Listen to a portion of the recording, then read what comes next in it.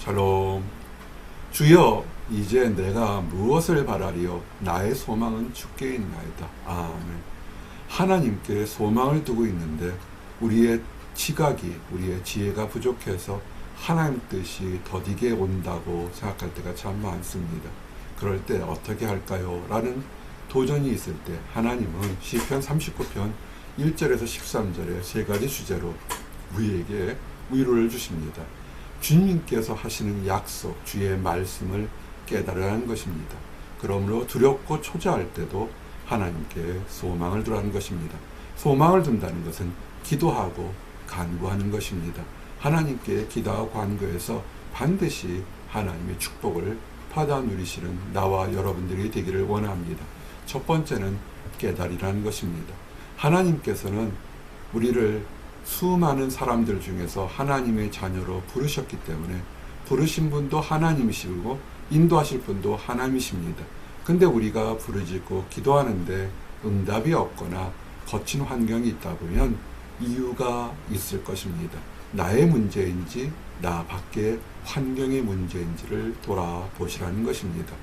악한 것들이 사단 마귀가 믿는 사람들을 해치려는 주변의 환경이 거친다면 마치 베드로와 예수님이 함께 있지만 풍랑이 쳐서 베드로가 거친 파도를 보고 주여 우리를 죽게 놔두십니까? 라는 환경을 보고 두려워했을 때 주님께서 잠잠하라 외쳤던 환경을 깨우시고 환경을 조용하게 만드시는 능력이 있는 것을 알게 됩니다. 반대로 또 다른 한편은 그 문제가 우리 안에 있는지도 돌아보아야 된다는 것입니다. 우리의 입술, 우리의 마음, 우리의 생각이 주님께 반대편으로 멀어져 가는 그런 죄악의 길을 달려가는 것이 아닌지를 돌아보고 내가 말하기를 나의 행위를 조심하며 내 혀로 범죄하지 아니하리니 내가 하나님 앞에서 근신하면서 나의 부족함과 연약함이 무엇인지를 깨달아서 하나님의 은혜를 받기도 하는 그런 소망을 깨달으라는 것입니다. 그래서 우리는 근심이 있을 때는 근신하라 라는 말씀으로 우리에게 도전을 갖기로 합니다. 근심이 있을 때는 근신하십시오. 내가 잠잠하여 선한 말도 하지 아니하니 나의 근심이 더 심하도다. 아멘. 두려움과 초조함이 있으면 선한 말이 입 밖에 나오지 않게 됩니다. 남에게 감사하는 말, 하나님께 찬양하는 말, 다른 사람에게 덕을 세우는 말을 지금 하지 못하고 있다면 내가 어려움을 깨닫지 못해도 지금 보이지 않는 근심이 나의 평안을 갉아먹고 있다는 것입니다. 그럴 때는 어떻게 할까요? 아하, 사단 마귀가 나를 하나님 앞에 올바르게 간구하지 못하게 하니까 오히려 입술에 파수꾼을 세우고 근신하며 올바르게 소망을 드러내야 되는 것입니다. 올바르게 소망을 드러내게 되면 내 마음에 불같이 붙어서 마치 간절히 바라고자 하는 시간을 바라보는 연모하는 심정으로 하나님 앞에 드릴 수밖에 없게 된 것입니다. 내 속에서 뜨거운 것이 하나님께 바라고자 하는 것들이 그것이 죄에 대한 회개이든 그것이 하나님에 대한 간구이든 마치 아무것도 하지 않는 것이 아니라 살아 움직이는 역동적인 모습으로 하나님을 바라보게 된다는 것입니다. 그리고 늘 깨달아야 될 것은 우리의 생명이 지극히 유한하고 연약하다는 것입니다. 강건하면 7, 80이라는 것이 성경의 얘기고 물론 어떤 사람은 100세까지도 살고 어떤 사람은 60도 못 느껴서 자연수명을 마치는 수없이 많은 유한한 환경을 봅니다. 그런데 마치 영원히 살 것처럼 현재의 문제나 현재의 분노나 현재의 죄악을 이끌어 나가려는 것을 보면 그것은 어리석은 행동이라 할 수밖에 없는 것입니다. 그러므로 하나님 앞에 지혜로운 것은 나의 유한함을 깨닫고 나의 연약함을 깨달아 나의 유한함 속에서는 하나님께 가치 있는 삶이 무엇인지를 깨닫는 지혜를 얻게 해달라고 기하는 것이고 연약함 속에서는 나의 연약함이 나로 인한 것인지 밖으로 인한 것을 깨닫고 주여 고쳐주시고 낫게 하시고 새롭게 하소서 기도하는 것이 지혜로운 것일 것입니다. 그래서 무지한 자가 되지 말고 지각이 있는 지혜가 있는 사람이 되는 것이 축복인 것입니다. 무지한 사람, 삶의 가치가 유한하고 연약하고 인생 속에서 선한 것은 없고 선은 없고 악한 것이 가득 찬 삶 속에서 어떻게 살지를 깨닫지 못한 것이면 물 없는 샘처럼 샘의 인생의 모습은 있지만 가치가 없는 그런 샘이고 광풍에 밀려가는 안개처럼 안개가 굳게 있을 때는 세상을 다 가린 것처럼 세상을 얻은 것처럼 생각할 수 있지만 바람 한번 불면 흔적도 없이 사라지는 것이 우리의 연약한 삶인 것입니다.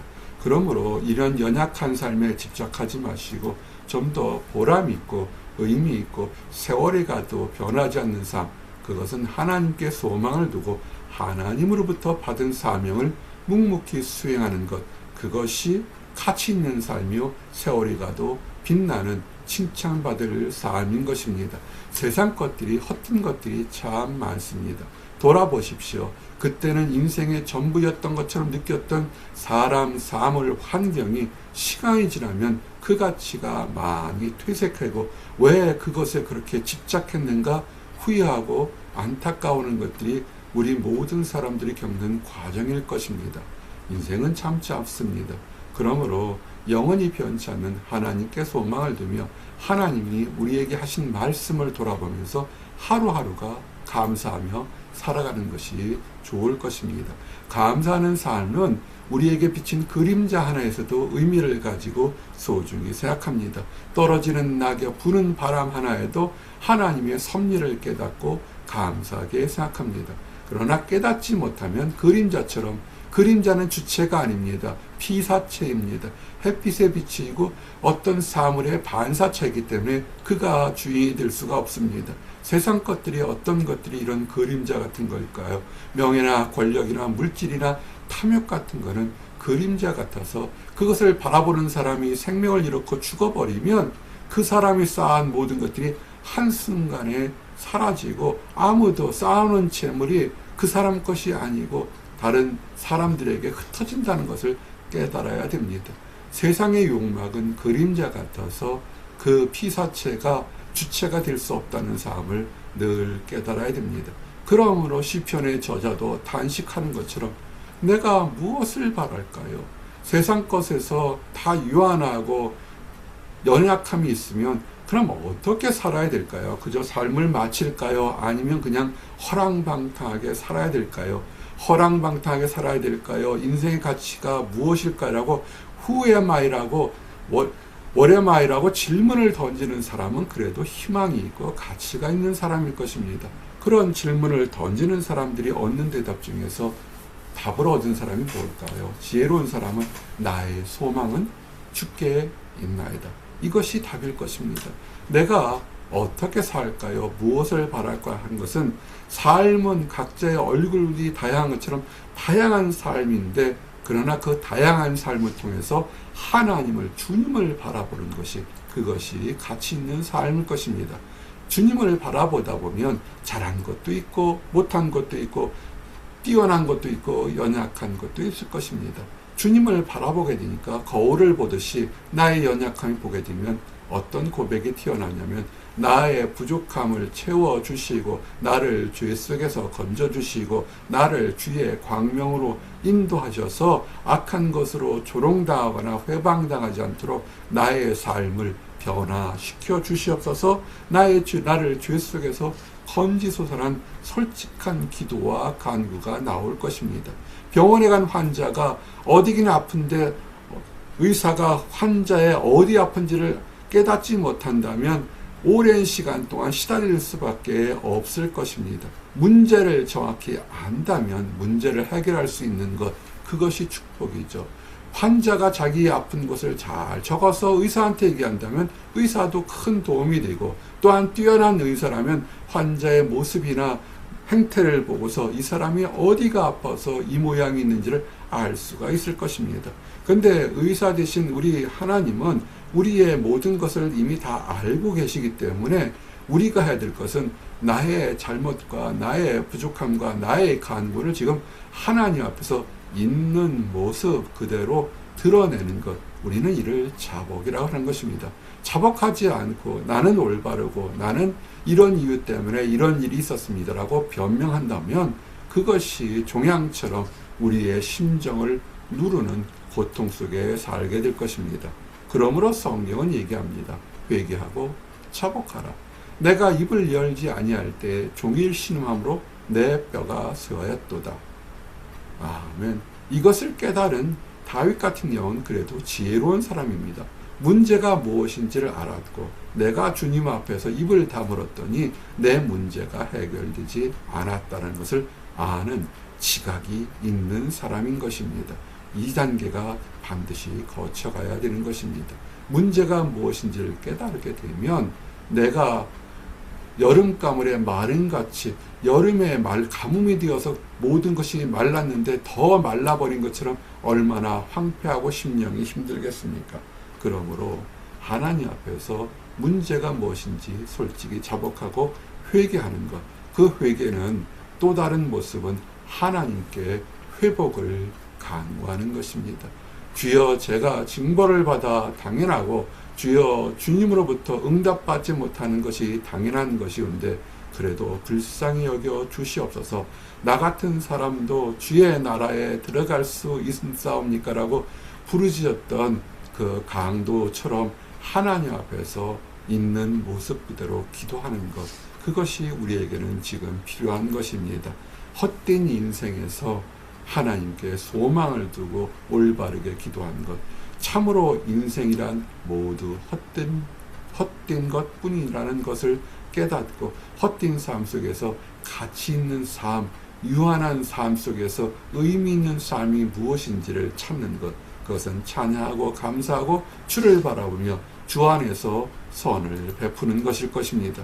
그러므로 주님께서는 이것을 깨닫고 주여, 유한한 삶이고 헛된 삶이지만 주께서 생명을 주시고 이 땅에 생활하게 하신 것은 이유가 있사오니 이 모든 하나님의 뜻이 다 이루어지도록 저를 고치시고 낫게 하시고 새롭게 하셔서 주의 뜻으로 합당하게 이용하소서라는 것을 기도하는 사람은 하나님이 들어주실 것입니다.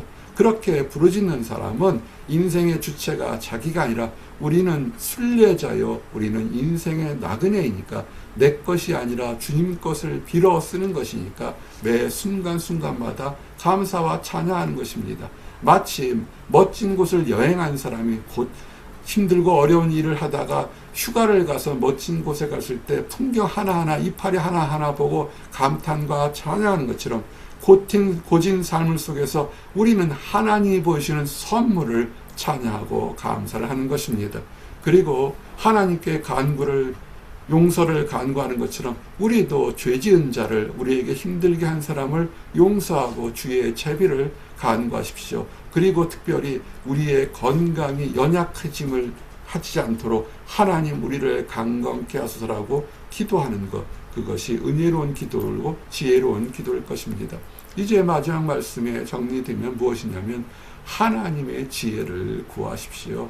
문제가 있을 때 혼자 스스로 문제를 해결하는 것이 아니라 그 문제를 제출하시고 대답을 준비하시고 그 이후에 기쁨까지도 바라보기를 원하는 하나님의 뜻을 깨닫고 하나님의 지혜를 간구할 때 축복받는 나와 여러분이 되기를 원합니다. 말씀을 정리합니다. 주여, 이제 내가 무엇을 바라리요? 문제를 알고 주님 안에서 어떻게 내가 살 것인지를 주장하고 노력하는 사람은 소망이 있는 사람입니다. 그 소망에서 세상에 사라지는 부와 명예와 권력과 세상적인 욕심에 관심을 두는 것이 아니라 변하지 않고 거룩하고 흠구도 없고 점도 없는 하나님께 소망을 두어서 칭찬과 인정받으며 주님 부르시는 그날까지 하루하루 유한한 삶에 감사와 찬양이 넘치는 나와 여러분이 되시기를 원합니다. 기도하시겠습니다. 하나님 감사합니다. 유한한 삶, 연약한 삶, 넘어지기 쉬운 삶에 주님께서 표대를 주시고 거칠고 흑암 속에서도 등대불이 되어서 인생의 가는 길을 밝혀 보여주심을 인하여 감사합니다. 주께 소망을 주니 주의 길이 생명의 길이요 주의 말씀이 생명의 빛인 것을 깨닫게 하심을 인하여 감사합니다. 그러하여 각자에게 주신 유한한 삶, 연약한 삶 속에서 감사와 찬양이 넘치게 하여 주심을 감사합니다. 하나님을 알지 못해서 안다고 하지만 그릇된 신념과 판단으로 하나님의 뜻을 멀리해서 삶 속에서 다투고 분쟁하고 억울하고 답답한 인생을 사는 사람들이 있습니다. 그들에게 참된 지혜를 깨닫게 해주셔서 하나님의 지혜를 깨달아서 유한한 삶, 연약한 삶에 참된 감사와 은혜가 넘치는 삶을 살도록 인도하여 주시옵소서. 늘 감사드립니다. 예수 그리스도 이름 받들어 기도드렸습니다. 아멘.